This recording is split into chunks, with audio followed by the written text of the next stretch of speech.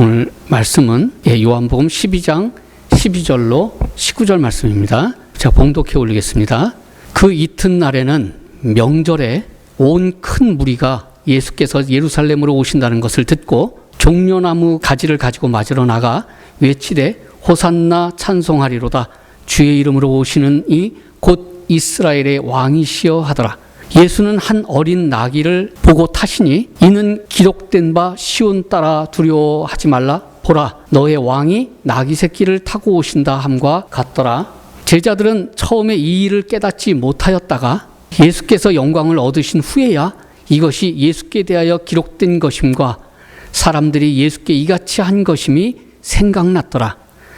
나사로를 무덤에서 불러내어 죽은 자 가운데서 살리실 때에 함께 있던 무리가 증언한지라. 이에 무리가 예수를 맞음은 이 표적 행하심을 들었음이로라. 바리새인들이 서로 말하되 볼지어다. 너희 하는 일이 쓸데없다. 보라, 온 세상이 그를 따르는도다 하니라. 아멘. 네, 오늘은 제목이 평강의 왕이 임하다 일부입니다. 이번에는 제가 이제 이스라엘의 절기에 대해서 시리즈로 말씀을 드리려고 합니다. 이제 절기가 뭐냐면 그 무엇을 기념하는 날이에요. 우리나라의 독립을 기념했던 것처럼 3.1절이나 광복절처럼 그렇게 기념하는 날인 거죠. 물론 1년을 24절기로 이렇게 계절로 나눈 것도 절기라고 합니다. 이스라엘의 절기는 계절을 나눈 것이 아니기 때문에 이것과는 의미가 달라요. 그냥 어떤 날을 기념하는 3.1절과 광복절과 같은 그런 날이라고 보시면 됩니다. 그런데 이스라엘은 절기를 정하는 방식에서 모든 다른 나라들과 다른 점이 있다면 사람들의 협의에 의해서 정해진 것이 아니고 하나님께서 일방적으로 정해서 선포하셨다는 겁니다. 그리고는 그 절기를 이스라엘 남자들은 반드시 영원토록 지키라고 하셨고요. 그런데 이스라엘에게 지키라고 한 그 절기까지 우리가 알아야 할 필요가 있나요? 언뜻 생각하면 그럴 수도 있죠. 그런데 우리가 바로 그 이스라엘이잖아요. 우리가 그 이스라엘로 편입한 영적 이스라엘이잖아요. 그리고 이 절기는 구원과 연관이 있고 하나님께서 자기 백성을 어떻게 구원해 가실 거라는 것을 알려주고 계시고 있기 때문이에요. 예표입니다. 이 절기들은 앞으로 일어날 일들을 예표한 거예요. 그 중에서 이미 이루어진 것도 있고 앞으로 이루어질 것도 있습니다. 앞으로 이루어질 거라는 건 예수님의 재림까지도 다 그 절기 안에 들어가 있다는 거죠. 마지막 심판 때에 대한 말씀까지 담겨져 있기 때문입니다. 반드시 지켜야 하는 크게 나누면 무교절, 77절, 초막절 이렇게 세 절기가 있고요. 세분하면 7절기가 있습니다. 순서대로 나열하면 유월절, 무교절, 초실절, 77절, 나팔절, 대속죄일, 그 다음에 초막절 이렇게 돼 있습니다. 7절기예요. 이 절기들 중에 가장 중요하다고 생각되는 절기, 가장 중심이라고 생각되는 게 바로 유월절입니다. 왜냐하면 예수님에 관한 내용이거든요. 예수님의 죽음을 예표하는 거기 때문입니다. 이스라엘이 애굽에서 출애굽할 때 어린 양을 죽여서 그 피를 문설주에 바름으로 죽음의 신이 그 피를 보고 그 집을 그냥 넘어갔다고 해서 그날을 유월절로 기념하잖아요. 어린 양의 피가 다름 아닌 예수님께서 십자가에서 흘리신 보혈을 의미하잖아요. 우리에게 있을 죽음의 형벌이 예수님의 보혈 때문에 우리를 그냥 지나쳐 넘어간다는 것을 미리 보여주는 예표적 사건이기 때문입니다. 그런데 이 7절기의 설교에 들어가기에 앞서서 꼭 먼저 말씀드려야 할 것이 있습니다. 출애굽 때 죽음의 형벌을 피하고자 해서 아무나 어린 양의 피를 문설주에 갖다 바르면 다 피할 수 있었던 게 아니에요. 누구만 가능했죠? 어린 양의 피를 문설주에 바를 수 있었던 그 피의 수혜자들, 수혜자가 누구였죠? 이스라엘 백성이었어요. 이스라엘. 마찬가지로 예수님의 피의 수혜자도 이스라엘입니다. 왜요? 하나님께서 구원자 예수님을 누구와 약속하셨냐면 아브라함에게 주겠다고 약속을 했기 때문에 아브라함의 후손으로 우리가 들어가야 되는 거예요. 그래서 우리가 그 약속의 수혜자가 되기 위해서 아브라함의 자손이 되어야 되는 거고 이스라엘로 편입이 되어야 되는 겁니다. 갈라디아서 3장 7절로 보면 그런즉 믿음으로 말미암은 자들은 아브라함의 자손인 줄 알지어다. 또 하나님이 이방을 믿음으로 말미암아 의로 정하실 것을 성경이 미리 알고 먼저 아브라함에게 복음을 전하되 모든 이방이 너로 말미암아 복을 받으리라 하였느니라. 그러므로 믿음으로 말미암은 자는 우리죠. 믿음이 있는 아브라함과 함께 복을 받느니라. 너희가 그리스도의 것이면 곧 아브라함의 자손이요 약속대로 유업을 이을 자니라. 우리는 믿음으로 아브라함의 자손이 되는 것이고 아브라함과 같이 복을 받게 되는데 그 복이 누구라고요? 뭐라고요? 물질의 복? 아니죠. 예수님을 지금 말씀하시는 거예요. 아브라함에게 약속했던 게 예수님이기 때문에. 그럼 그 믿음은 무엇을 믿는 믿음인가요? 뭐 이것저것 많겠죠. 예수님께서 우리를 구해 주신다는 믿음도 있을 것이고, 우리의 죄를 대신해서 예수님께서 죽어주셨다는 것을 믿는 믿음도 있을 것이고, 뭐 이것저것 여러 가지로 표현할 수가 있을 것입니다. 하나님께서 우리를 구원하시기 위해서 요구하는 믿음이 있어요. 그게 이거야 라고 말씀해 주시는 사건이 있어요.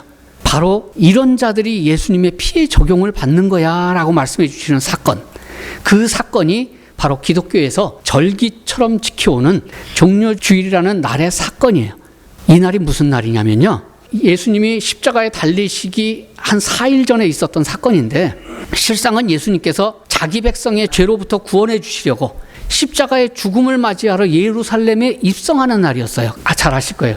요거를 예수님께서 이제 입성을 하실 때 저렇게 나귀 새끼를 타고 입성을 하셨어요. 죽으러, 예루살렘으로. 근데 사람들은 죽으러 온다는 사실들을 몰랐죠.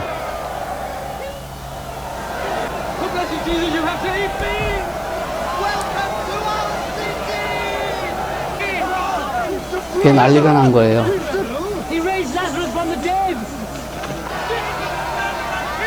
유대인의 왕이라고 환영을 하고,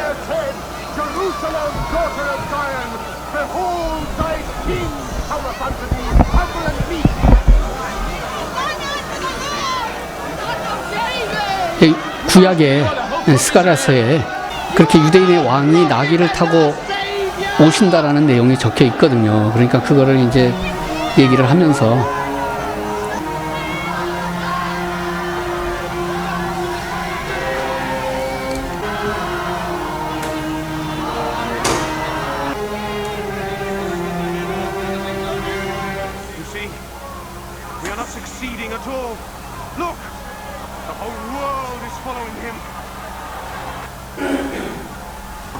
이 사건이 바로 기독교에서 이제 절기처럼 지켜오던 종려주일 날에 일어났던 사건이에요. 그러나 이렇게 예수님께서 죽으러 들어오신다는 사실을 그 누구도 알지 못했죠.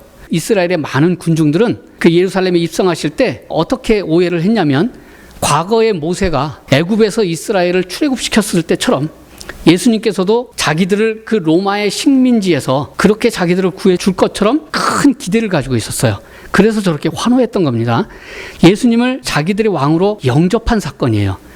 그들은 예수님께서 모든 병을 고치시고 또 오병이어로 먹이시며 또 나사로를 살리시기까지 했던 수많은 기적들을 목격하고 또 전해 들었던 자들이에요. 오늘 본문에서도 그 사실을 목격하고 전해 들었다는 내용을 하잖아요. 그래서 맞이했다고 하잖아요. 오병이어의 기적 후에는 예수님을 왕으로 추대하자는 얘기까지 그 군중들 사이에서 나왔었거든요. 그래서 그들은 예수님께서 어린 아기 새끼를 타고 예루살렘 성으로 들어오실 때 어쩌면 그 예수님을 태운 어린 아기 새끼가 힘에 붙여서 뒤뚱거리는 참 우스꽝스러운 그 모습일 수도 있는데도 그런 거에 개의치 않고 오늘 본문에서처럼 종려가지를 흔들면서 저렇게 예수님을 환호했습니다. 13절에 보면 호산나 찬송하리로다 주의 이름으로 오시는 이 곧 이스라엘의 왕이시여 하며 말입니다.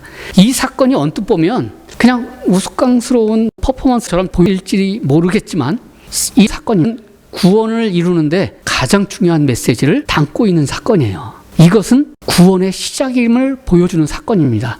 그래서 아까 본문에 그런 내용이 있었었죠. 이것을 모르고 있다가 나중에 깨닫게 됐더라 하는 내용 말입니다. 구약에 출애굽할 때 구원의 시작이 언제부터냐라고 한다면 저는 애굽의 마지막 재앙 10번째 장자를 죽이는 재앙을 내릴 때 어린 양의 피로 죽음의 재앙을 넘어가게 하시는 그 사건부터라고 봅니다. 그것이 애굽에서 해방되는 시점이거든요. 하나님께서 유월절에 잡은 어린 양에 대해서 말씀을 하시는데 여기에 종려주의를 예표하는 내용이 나와요. 한번 찾아보시기 바랍니다. 출애굽 12장 2절로부터 7절인데 그러니까 출애굽을 빼오기 전에 하시는 말씀이에요. 이 달을 너희에게 달의 시작 곧 첫 해, 이게 원래가 사실은 이스라엘의 7월 달이었는데 그 7월 달을 이제부터 이 달을 1월 달로 해라라고 명령하시는 부분이에요. 너희는 이스라엘 온 회중에게 말하여 이르라 이 달 열흘에 10일에 너희 각자가 어린 양을 잡을지니 각 가족대로 그 식구를 위하여 어린 양을 취하되 그 어린 양에 대하여 식구가 너무 적으면 그 집의 이웃과 함께 사람의 수를 따라서 하나를 잡고 보통 양 한 마리에 11명에서 많게는 15명까지 먹었답니다. 그러니까 가족의 수가 좀 적으면 옆 이웃까지 더해서 한 마리씩 잡아라. 각 사람이 먹을 수 있는 분량에 따라서 너희 어린 양을 계산할 것이며 너희 어린 양을 흠 없고 일련된 수컷으로 하되 양이나 염소 중에서 취하고 이달 열 나흔 날 14일까지 간직하였다가 해질 때에 이스라엘 회중이 그 양을 잡고, 그러니까 10일 날에는 택하기만 하고 취하기만 하고 요걸 준비만 해놓고 14일에 가서 잡으라는 겁니다. 그 피를 양을 먹을 집 좌우 문설주와 임방에 바르고, 6절에 보면 14일에 해질 때에 잡을 양인데 3절에 보면 10일 날, 그러니까 잡기 4일 전에 미리 정해서 준비해 놓으랍니다. 이처럼 종려주일에 예루살렘의 입성식은 어린 양의 제물이 되어 이스라엘을 구해줄 예수님을 죽이기 4일 전에 군중들이 정하는 그런 날이에요. 우리를 구원할 왕이시다, 또는 내가 알지도 못하고 부지불식간에 우리를 구원하러 죽을 제물이 들어오신다라고 정하는 날이라는 거예요. 그래서 구원에서 가장 중요한 날이 된다고 저는 생각합니다. 이 날이 나의 왕이요, 나의 주인이요, 나의 신랑으로 내가 뭐 하는 날이라고요? 영접하는 날입니다. 어린 양의 피가 이스라엘 백성들을 죽음에서 구해줄 것을 믿었던 것처럼 예수님이 자신들을 구해줄 것을 믿고 예수님을 자신들의 왕으로 영접하는 사건이었어요. 물론 죽음으로 구해줄 거라는 사실은 모르고 단지 다윗처럼 모세처럼 구해줄 것으로 믿고 그렇게 영접했던 사건이죠.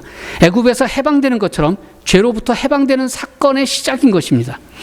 예수님께서 예루살렘에 입성할 당시 이스라엘의 가장 큰 절기인 유월절을 며칠 앞두고 4일 앞두고 있었을 때였어요. 그래서 수많은 이스라엘의 남자들이 그 절기를 지키기 위해서 예루살렘으로 몰려들었던 겁니다. 뭐 하려고요?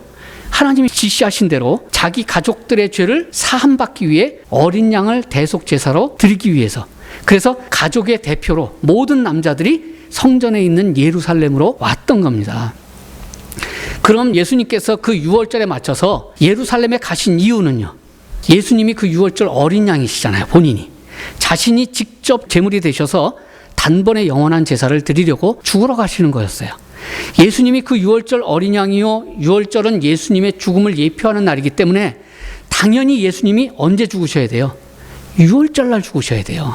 왜냐하면 항상 하나님은 예표한 그날 일을 진행하십니다. 그래서 유월절에 예수님이 제물로 드려지는 겁니다. 물론 이 사실을 제자들도 군중들도 그 누구도 알 리 없었고요.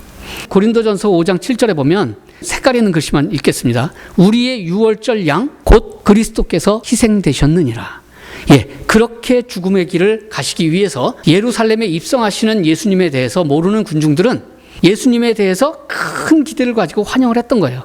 이처럼 종려주일의 예수님의 환영 사건은 다름 아닌 우리가 구원자 예수님을 영접하는 예표적 사건이죠. 이 영접의 사건은 구원을 받기 위해 반드시 필요한 것입니다. 물론 내가 알고 하든 부지불식간에 하든 말이죠. 예수님을 나의 왕으로, 나의 주인으로, 나의 신랑으로 믿고 영접해야만 예수님의 죽음이 나에게 적용되는 거예요. 그래서 이스라엘은 그 십자가의 예수님의 피의 혜택을 받는 것입니다. 그런데 이 사건 속에 우리가 알고 나면 놀라운 엄청난 메시지가 담겨 있습니다. 그것을 찾아가면서 은혜를 나누고자 하는 겁니다. 이스라엘의 군중들이 오해했죠. 죽으러 오시는 걸 로마로부터 해방시켜 줄 것처럼 세상적인 복을 받으려고, 그렇게 세상적인 것을 취하려고 예수님을 왕으로 영접하고 환호했던 것처럼 지금 이 시대에 우리가 혹여 예수님을 믿으면 세상적 복을 받지 않을까 착각해서 오해해서 예수님을 영접하고 믿었다 할지라도 예수님은 우리 안에 오셔서 어떻게 하신다고요? 공식적으로 우리의 왕이 되신다는 것을 보여주는 사건이에요. 또 예수님을 내 안에 나의 왕으로, 주인으로, 신랑으로 영접한 후에 혹여 내가 배신할지라도 그분은 우리를 결코 버려두지 않으심을 보여주는 사건이기도 한 겁니다. 제가 증거를 보여드릴게요. 예루살렘에 입성하는 예수님을 자기의 메시아로, 구원자로 보고 열광하고 환영했던 그들이 단 4일 만에 돌아섭니다. 어떻게 해요? 예수님을 죽이라고. 소리치는 성난 군중이 됩니다. 그러면서 군중들은 예수가 우리의 왕이 아니라고 확실하게 배반합니다. 요한복음 19장 14절에 이날은 유월절의 준비일이요, 바로 전날이라는 거죠. 때는 제6시라 빌라도가 유대인들에게 이르되 보라 너희 왕이로라. 잡아왔어요 지금, 그죠? 예, 그들이 소리 지르되 없이 하소서 없이 하소서, 그를 십자가에 못 박게 하소서. 빌라도가 이르되 내가 너희 왕을 십자가에 못 박으랴? 대제사장들이 대답하되 가이사 외에는 우리에게 왕이 없나이다. 이에 예수를 십자가에 못 박도록 누구에게 주었다고요? 유대인들에게 넘겨주니라. 예수님의 수제자였던 누구도 배반했어요? 베드로조차도. 욕하면서 예수를 모른다고 했습니다. 다른 제자들도 다요. 지들이 예수님을 자신들의 주인이라고 왕으로 영접해 놓고는 그렇게 돌변한 것입니다. 자신들이 기대했던 그런 혁명 전사적 메시아의 모습이 없었다는 이유 때문에요. 그들은 모세와 같이 그런 구원자를 바랬던 거예요. 애굽에서 당당하게 맞섰던 모세와 같은, 그리고 로마의 권력 앞에 당당한 기세로 그 초자연적인 능력 봤잖아요.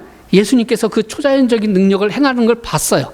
무리를 걸으시고 풍랑도 잠잠케 하시고, 그런 것들을 봤던 그들은 기대할 수밖에 없었던 거예요.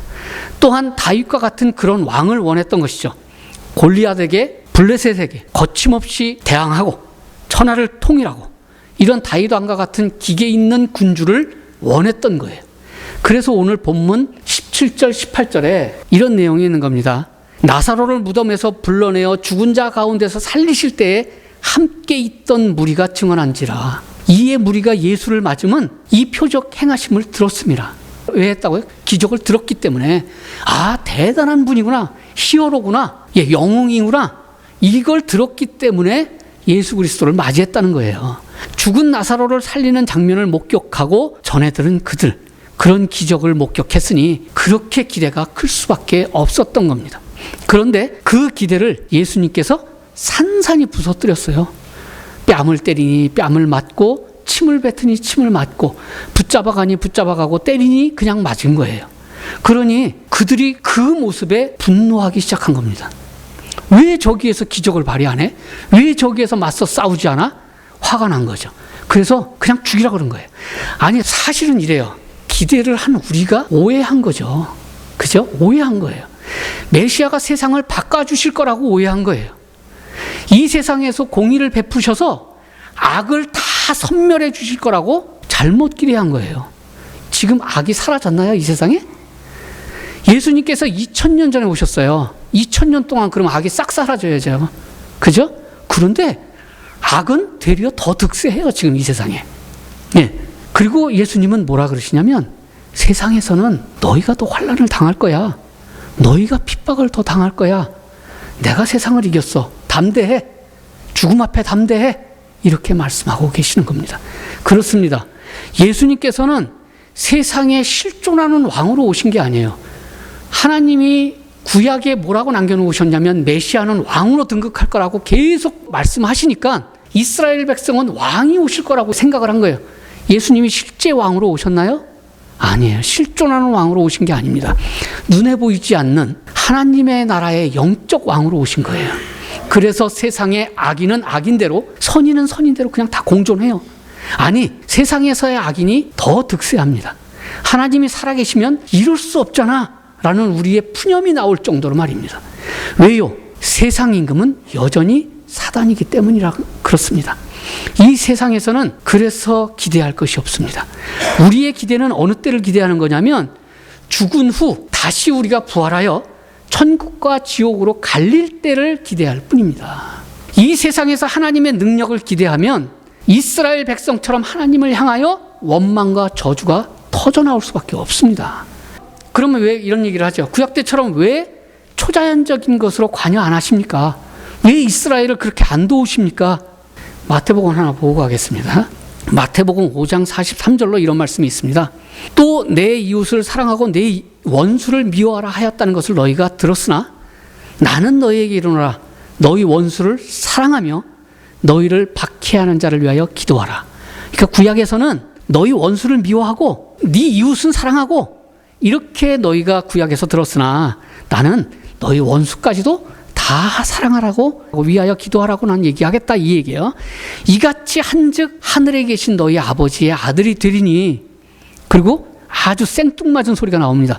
이는 하나님이 그 해를 악인과 선인에게 비추시며 비를 의로운 자와 불의한 자에게 내려주심이라. 너희가 너희를 사랑하는 자를 사랑하면 구약 때처럼 이웃만 사랑하고 원수를 사랑하지 않으면 무슨 상이 있으리요? 세리도 이와 같이 아니하느냐. 이 말씀을 하세요. 이게 무슨 뜻이에요? 다 좋은 내용인데 중간에 이는 하나님이 그 해를 악인과 선인에게 비추시며 비를 의로운 자와 불의한 자에게 내려주심이라. 이 생뚱맞은 글이 왜 들어가 있죠, 여기에? 이 45절에 이 두 구절이 도무지 연결이 안 돼요. 너무 생뚱맞습니다. 도리어 이 빨간 글씨만 빼면 너무나도 자연스럽게 이어져요. 어떻게 이해해야 될까요, 이 부분을? 이렇게 말씀하신 것이 아닐까요? 너희가 원수에게 복수해달라고 기도하면 난 세상의 악한 자나 선한 자에게 동등하게 해줄 거야. 복수해달라고 하면 난 아무것도 안 해줄 거야. 기도해도 아무것도 너희는 바랄 수가 없어. 아무 심판도 안 할 거야.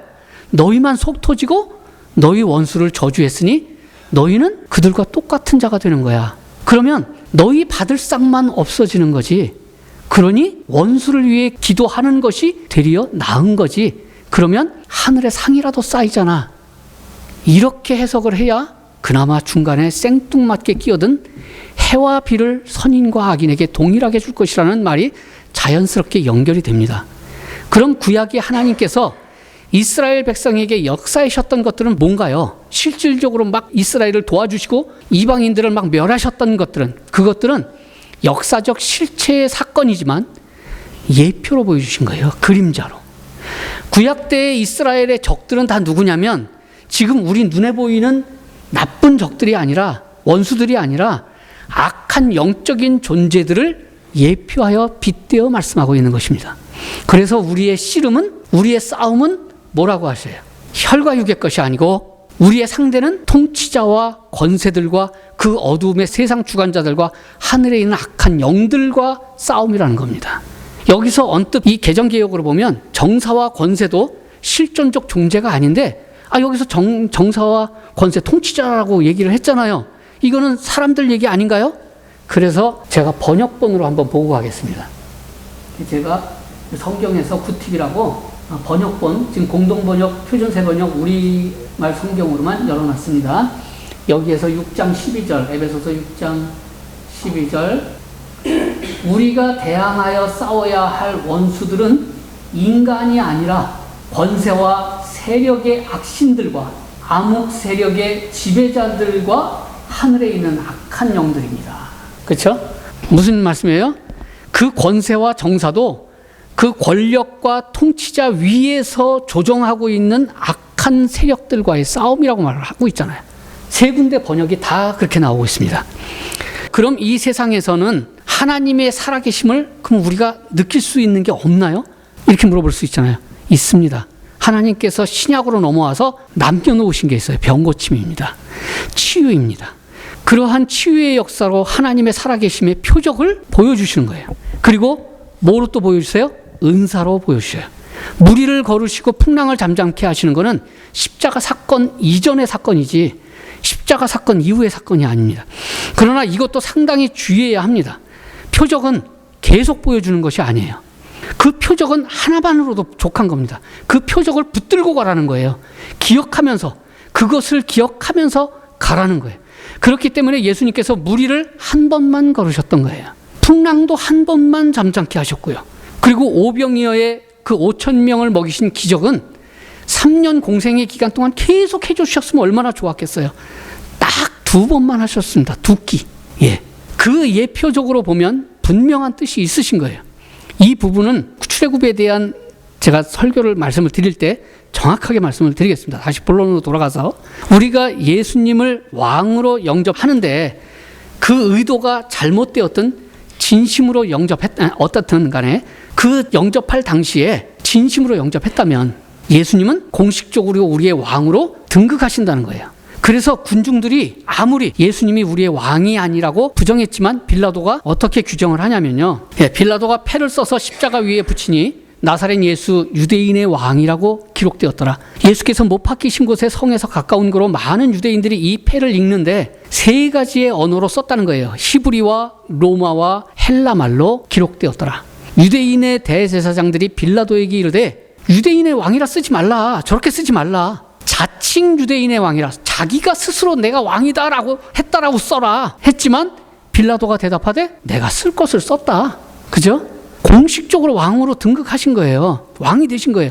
이처럼 우리의 의도가 어떠했든 영접할 당시 진심으로 예수님을 나의 주인으로 왕으로 신랑으로 영접했다면 그것으로 끝입니다. 우리는 그분에게서 벗어날 수가 없어요. 그분은 이후 영원토록 우리의 왕이요 신랑이 되시는 것입니다. 이것은 확실히 율법적 근거가 있는 겁니다. 먼저 결혼의 비밀에서도 증명을 다 해드렸고요. 여기서 한 가지만 더 말씀을 드리면 그렇다고 마귀를 나의 주인으로 나의 신랑으로 영접했다면 예수님을 주인으로 영접한 때와 마찬가지로 마귀에게서 동일하게 영원히 벗어날 수 없게 되는 거냐고 질문할 수 있습니다. 왜? 동일해야 되니까요. 답은 먼저 말씀을 드리면 마귀에게서는 벗어날 수 있다입니다. 무엇 때문에요? 아담 때부터 우리는 이미 마귀의 소유였어요. 마귀가 아비였고 또한 마귀가 신랑이었고 그렇게 받아들이고 살아왔던 자들입니다. 그런데 우리는 지금 벗어났잖아요. 여기에서 잘 이해하셔야 됩니다. 왜?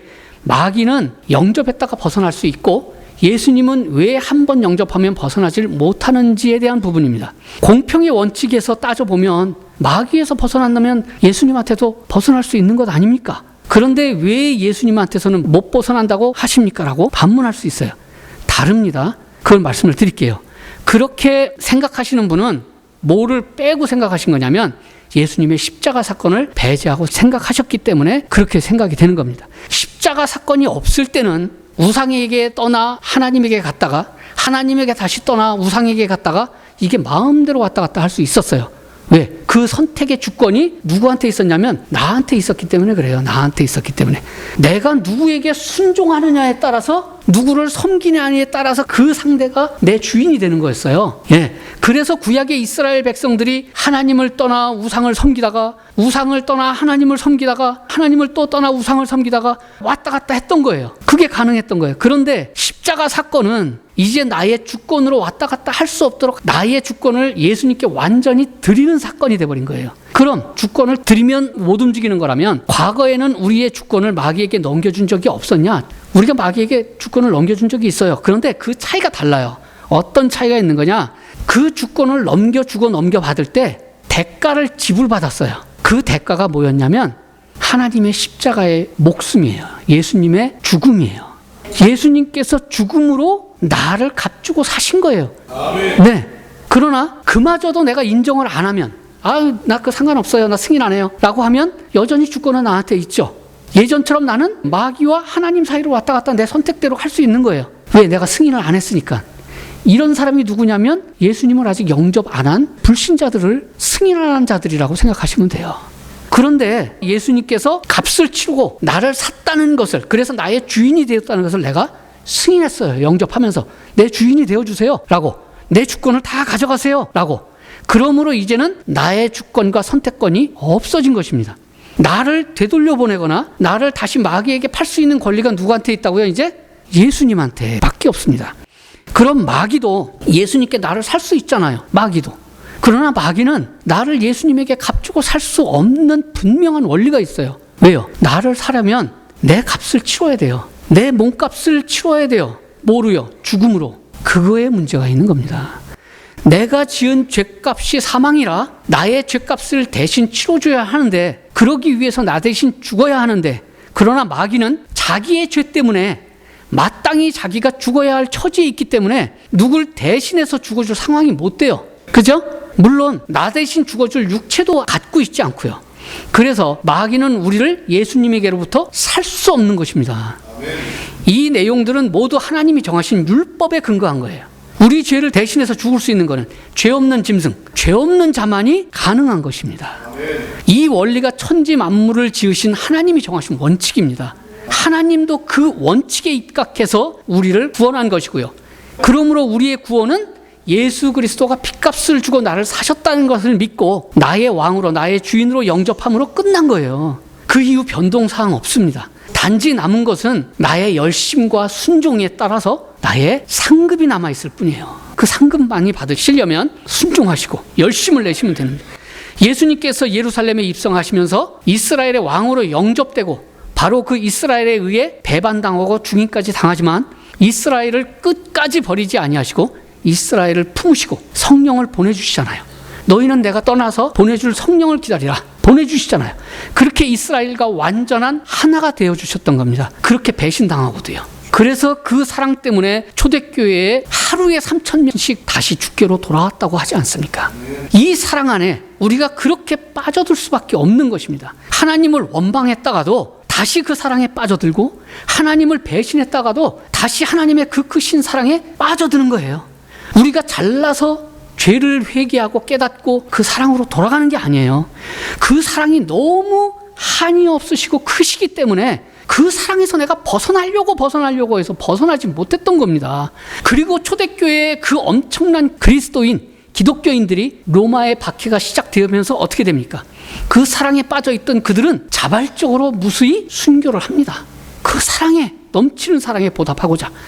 저는 그래서 그렇게 하나님을 원망해도, 그렇게 하나님을 배신해도 그 하나님의 사랑을 벗어날 수 없고, 하나님은 여전히 나를 품고 계시는 그 한이 없으신 하나님의 완전한 사랑을 이래서 전하는 거예요. 이래서. 우리가 전도할 때 그러잖아요. 예수 믿고 구원받으세요. 예수 믿고 구원받으세요. 라고요. 그래서 그 말을 믿고 교회에 나왔더니 사실은요, 예수만 믿으면 안 되고요. 죄도 짓지 말아야 해요. 죄 지으면 구원받기 힘들어요. 이렇게 얘기한다면 맞습니까?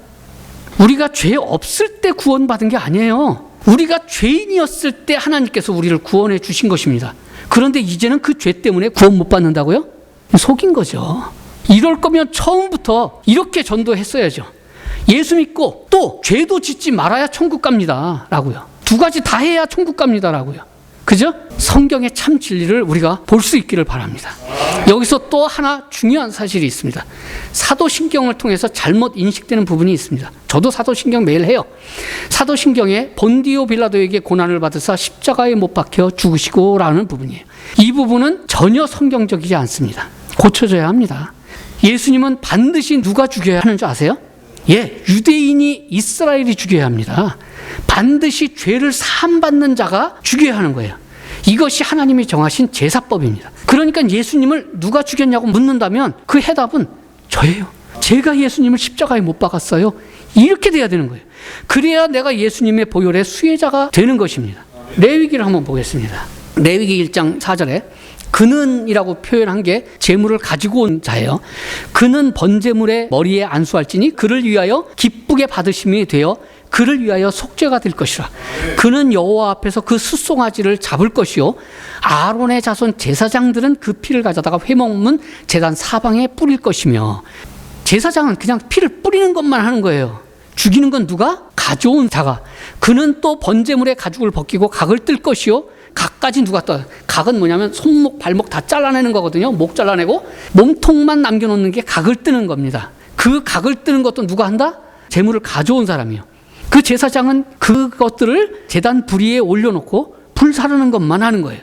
그리고 마지막 9절에 그 내장과 정강이를 물로 씻는 것도 누가 하느냐? 가져온 사람이 하는 겁니다. 못 믿으실 것 같아서 이것도 또 번역본으로 말씀드리겠습니다. 여기서 그라고 하니까 아이 그가 제사장일 수도 있잖아 라고 얘기하실 수 있어서 자 열어놨습니다.